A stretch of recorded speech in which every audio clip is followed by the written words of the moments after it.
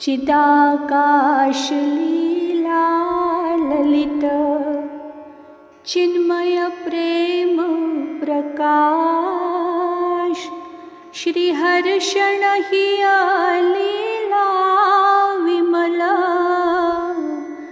रामचरित रसरास श्री गौरदेव आराध्य की अंतः लीला भाष प्रेम प्रदायिनी रस भरी मृदुला कहत रसास मृदुला कहत रसास। श्री सीताराम जी महाराज की जय। अनंत श्री विभूषित हमारे सद्गुरुदेव भगवान श्रीमद् राम हर्षणदास जी महाराज जी ने हम सब अपने आश्रित जनों के कल्याण, आत्मचिंतन व कालक्षेप हेतु अपने चित्त रूपी गगन में उदित श्री सीताराम जी की चिन्मयी लीलाओं का वर्णन अपनी असमोर्ध्व कृति चिदाकाश की चिन्मयी लीला में किया है, जिसका पठन पाठन व स्मरण चिंतन अध्यात्म प्राप्ति की हेतुभूता है। उपरोक्त ग्रंथ की क्रमशः वाक सेवा प्रस्तुत की जा रही है। आइए आज हम षष्ठम भाग में प्रवेश करते हैं। अहो भाग्य महोभाग्य, अहंकार का भूत और ममता की भूतनी का दर्शन योगेश्वर आचार्य प्रवर के प्रसाद से निमकुल के नर नारियों को कभी स्वप्न में भी नहीं हुआ, आज तक और न भविष्य में होगा। राग द्वेष नामक उनके छोटे बच्चे अपने माता पिता के अभाव में भय से भरे हुए मिथिला भूमि का नाम सुनते ही गिड़गिड़ाकर कंपित वदन हो जाते हैं। अतः उक्त कथन निमिकुल वधू के सर्वथा अनुकूल है, स्वभाव की बलिहारी है।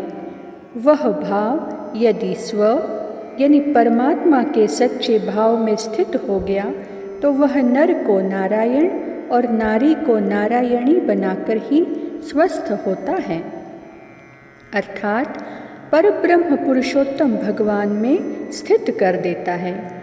कांता के कांति का दर्शन पद पद में सूचित करता है कि उनके स्वभाव ने उनको स्वभाव में सर्वभावेन संस्थित कर दिया है। अस्तु उनके कांत भी वहीं पाए जाएंगे जहाँ उनकी कांता है। आनंद आनंद आनंद दोनों की उपयोगिता सिद्ध हो गई।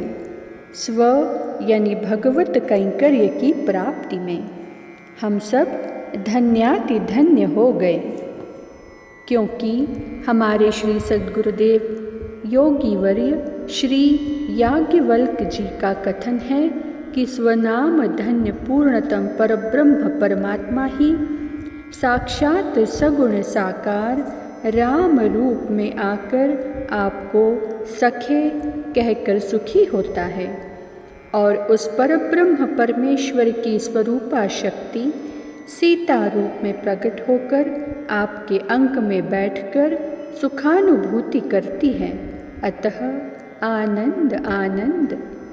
किम पुनः श्री रसिकराय रघुनंदन के सरहज एवं श्री रस स्वरूपा श्री सियाजू के भाभी के आनंद की चर्चा श्री सिद्धि वल्लभ वर्णित वार्ता के श्रवण गोचर होते ही आनंद आनंद की स्थिति में स्थित अनिर्वचनीय आनंद का पात्र सब सखी समाज बन गया। वास्तव में ब्रह्म संबंध की ही एकमात्र ऐसी महिमा है जो भव संबंध के बीच का विनाश करने में सर्वथा समर्थ है, किंतु वह ब्रह्म संबंध भागवत संबंध के साथ में रहकर अधिक संपुष्ट और शक्तिशाली सिद्ध होता है, जिसे जीव व ईश्वर दो में कोई भी काम न करे कि हम स्वस्वामी के सहज संबंध से मुक्त हो जाएं और स्वतंत्र होकर पारतंत्र के बंधन का कभी दर्शन न करें, तो सर्वसमर्थ परमेश्वर भी इस कार्य को करने में जब असमर्थ हो जाता है, तब अल्प शक्तिक जीव की शक्ति कहाँ तक सक्षम हो सकेगी। अस्तु श्रीधर कुमारी की पितृगृह वर्धित भागवत संबंध की कामना ने मिथिलेश कुमार की अर्धांगिनी बनाकर भगवत संबंध से संयुक्त कर दिया है, बिना साधन के। अहो, भागवत संबंध के कल्प वृक्ष की छाया तले बैठे बैठे अपने आप सगुण साकार परब्रह्म का दर्शन, संबंध, सेवा, स्पर्श, वार्तालाप उसके स्वरूपा शक्ति के सहित संप्राप्त हो गया है उसको। अतएव यह भगवत भागवत संबंध प्राप्ति रूप महाफल का रसास्वाद लेने वाली भाग्याधिका नारी का सौभाग्य सूर्य स्व और स्व के भाव को परम प्रकाशित कर रहा है, भविष्य में करता रहेगा, ऐसी उसकी अटल प्रतीति है। जिसने बिना बीज वपन के खेत में भरपूर लहलहाती फसल उत्पन्न की है, वही उसका रक्षक भी है। अब अधिकारी कृत्य इतना ही है कि वह अपने आश्रय प्रदाता में अनन्य तथा तत्सुख से सुखी रहकर उनकी सेवा को परम पुरुषार्थ समझे। बस आनंद आनंद कहकर लक्ष्मी निधि वल्लभ के भाव देश स्थिति से समाज प्रभावित हो गया। आप अपने कांत की कामना पूर्ति के लिए अपनी मधुर वाणी का विनियोग करें। वे कथाहारी हृदय सम्राट आपके श्रीमुख से हृदय बिहारी बिहारिणी जो की कथा का आहार करने के लिए कब से क्षुधातुर हो रहे हैं। अन्न की सर्वभावेन सुविधा प्राप्त करने पर भी सबसे पाक प्रक्रिया का नैपुण्य नहीं बन पाता। राम कथा के अन्न की रसोई बनाने में आप सिद्ध हस्त हैं, यह हम सब सखियों का अनुभव है। आप श्री के हृदयेश्वर को तो आप श्री की बनाई व परोसी हुई रसोई सुरपुर के अमृत के प्रति विरति उत्पन्न कर उससे विलक्षण अमृतानंद का अनुभव कराने वाली है। अस्तु आप श्री शीघ्र अपने विकसित मुख कमल की पराग पूरित सुगंध से अपनी अंगभूता अलियों व अनुचरियों को सुगंधित करके उक्त जीवनार बनाने की आवश्यक सामग्रियों को एकत्र कर रसोई घर पहुंचाने का आदेश करें और स्वयं प्रसन्न मना विविध व्यंजनों का थाल सजाकर अपने प्राणनाथ को चौके में पधार कर पाने के लिए सादर सनम्र आमंत्रित करें। अन्यथा क्षुधातुर आपके प्राण धन के प्राण छटपटाने लगे तो आप श्री को उस दोष का भागी बनना पड़ेगा। श्री चित्रा जी द्वारा चित्रा के स्वामिनी के सचेष्ट होने पर सखियों के मुख से की हुई जय जयकार की ध्वनि ने कक्ष में गूंजकर आनंद की परिवृद्धि उपस्थित कर दी। तदनंतर समाज की प्रकृतिस्थ अवस्था आ जाने पर श्री श्रीधर कुमारी के कर्णों में मधुराति मधुर वाणी का अमृत घोल सा पड़ता प्रतीत होने लगा, जिससे अंतःकरण अमृतानंद की अनुभूति करने में संलग्न हो गया। आहा, परब्रह्म पुरुषोत्तम भगवान के हार्द्रानुग्रह का अपार पयोधि अपने को प्रत्येक ओर से आवृत्त किए हुए है। यह अपनी अनुभूति का प्रत्यक्ष विषय है। तभी तो पग पग में परमानंद के हिंडोरे में अपने को झूलता हुआ पाता हूँ। राम कथा के रसिकों को कोई राम रस के सिंधु में गोता लगाने वाला एवं राम कथा को श्रवण करने वाला रसिक मिल गया तो फिर क्या कहना है। दो समुद्रों के परस्पर मिलने जैसा अंतःकरण में आनंद जनित कोलाहल होने लगता है। अस्तु, मैं तो धन्यातिधन्य हो गया, क्योंकि राम कथा रस को विविध प्रक्रिया से पान करने के लिए परमात्मा ने तद विषय की विशेषज्ञ मूर्ति को हमें प्रसाद रूप में प्रदान किया है, और वह भी अर्धांगिनी के रूप में।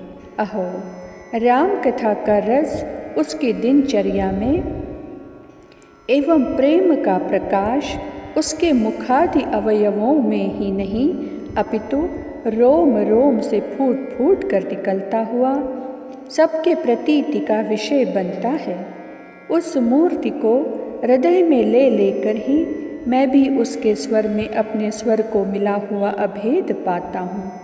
इतना ही नहीं, और भी वह क्या, तो मैं श्री रसिक शिरोमणि राम रघुनंदन का अभिन्न सखा बन गया हूँ, और स्वयं रस संज्ञा उनसे प्राप्त कर सख्य रस का पेय पिलाते हुए उन्हें अतृप्त दृष्टि से अपनी ओर देखने के लिए बाध्य सा देखकर उनकी कृपानुभूति से आनंद सिंधु में अस्त सा हो जाता हूँ।